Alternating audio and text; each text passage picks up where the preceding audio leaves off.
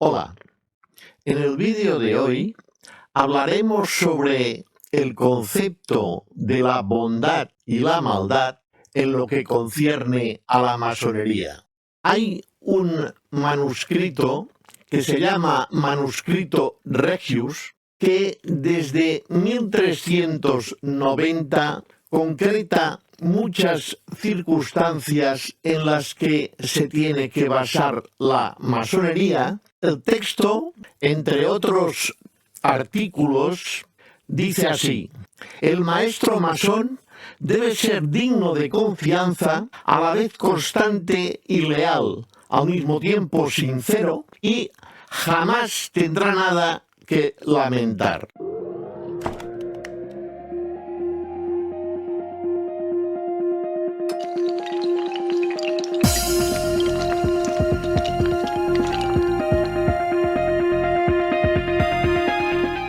Podríamos hacer una reflexión formal alrededor de nuestra cultura occidental y cómo la filosofía lo ha tenido en cuenta tanto en Sócrates, en Platón, como en Aristóteles. Ellos, a su manera, definieron en sus obras la bondad y la maldad con ciertas frases, con ciertos conceptos que, resumidos en pequeñas partículas, en pequeñas dosis, han sido el reflejo de lo que tenemos que tener en cuenta al respecto de la bondad y de la maldad. Sócrates considera al hombre bondadoso por naturaleza y identifica el conocimiento, el bien, con la bondad. El conocimiento y el bien se adquieren mediante el estudio. Una persona,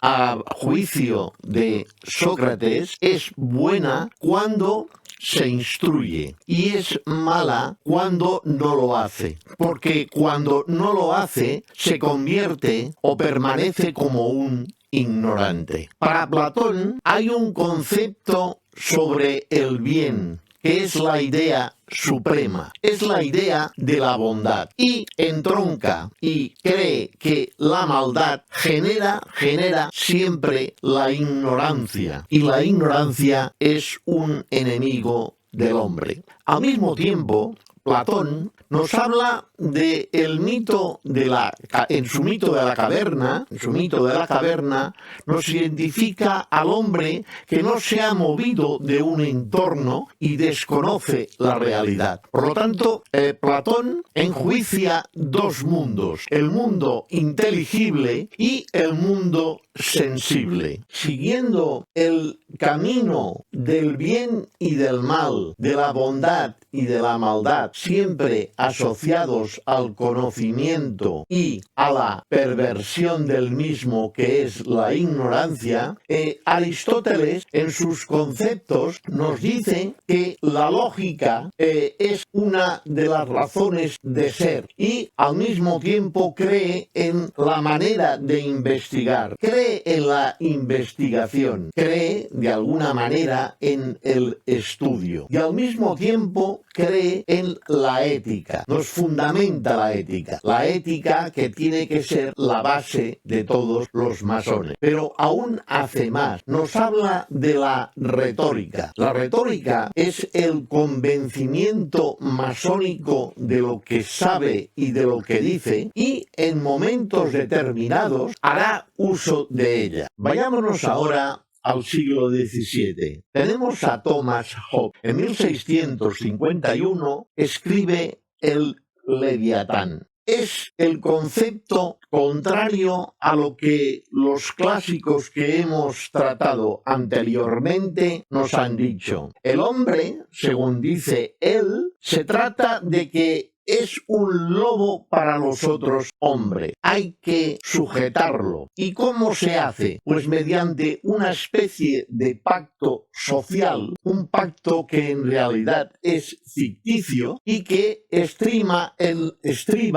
la soberanía del soberano. Hay unas normas estrictas totalmente diferentes que se tienen que adoptar en su época. Como masones, estas ideas o conceptos de Hobbes nos sirven para ver reflejado el orden que siempre se impone al caos y que facilita el estudio y el camino hacia la luz. Ya en el siglo XVIII nos encontramos con la figura de Rousseau. Para Rousseau, el hombre sí que es bueno y lo que consigue, lo que busca, lo que nos preconiza es el contrato social. Siempre es más valioso tener el respeto que la admiración de las personas. Esto es muy importante. En esta frase se condensa quizás una gran parte de lo que la filosofía de Rousseau nos dicta. En sí, Rousseau nos condensa muchas de las actitudes que tienen que tener los masones, y muy especialmente esta frase del mismo que quizás aglutina el pensamiento masónico o el método masónico. Para hacer escuchar lo que decimos, es necesario ponerse en el lugar de aquellos a quienes uno se dirige. Pero no solamente esto, sino que a partir de esta expresión viene el respeto hacia el prójimo, el respeto hacia los demás que los masones tienen que tener siempre constante. Alguien escribió esta frase: la pureza engendra sabiduría, la pasión, avaricia, y la ignorancia, insensatez, capricho y oscuridad. En realidad, los masones siempre buscamos la luz, es nuestro camino, y despreciamos y huimos de la ignorancia, porque es un enemigo. Todo esto que hemos hablado desde el principio filosófico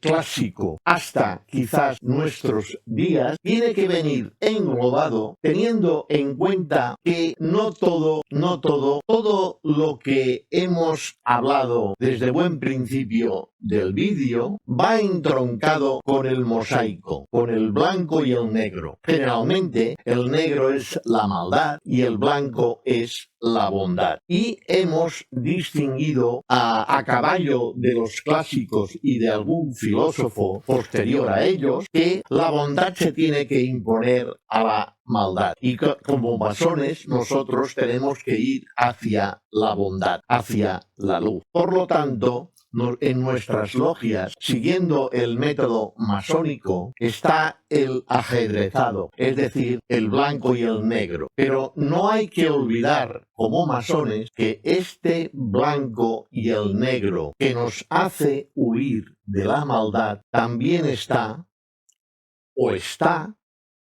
dentro de nuestras logias.